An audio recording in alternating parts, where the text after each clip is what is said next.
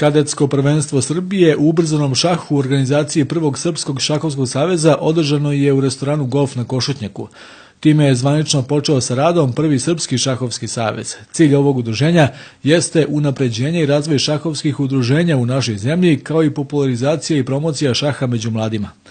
Predsjednik Saveza, gospođa Marija Lukić, istakla je da je događaj okupio preko 130 takmičara iz cijele Srbije, koji su bili podeljeni u 12 grupa uzrasta od 8 do 18 godina.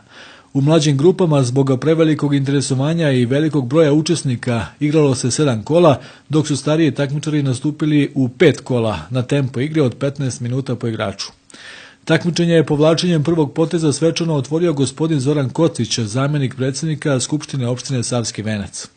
Za počasnog člana imenovan je gospodin Miodrag Vukotić, koji je kao direktor marketinga Basa ispred restorana Golf najboljim takmičarima uručio medalje i pehare. Takmičenje je odlično organizovano, što potvrđuju i osmjesi izjave dece i roditelja tokom cele manifestacije.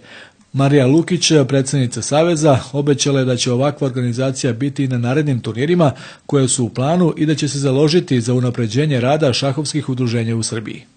Odmah na početku mog obraćanja moram da vam kažem da je najljepši deo mog života u stvari rad sa učenicima, sa mladim talentovanim igračima, na koje sam izuzetno ponosna, ne samo zbog šaha.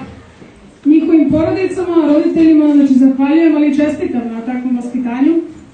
A što se tiče same dece, vi ste, slobodno mogu tako da kažem, već uspešni ljudi. Stariji drugari do 16-18 godina već pomažu i rade u klubu.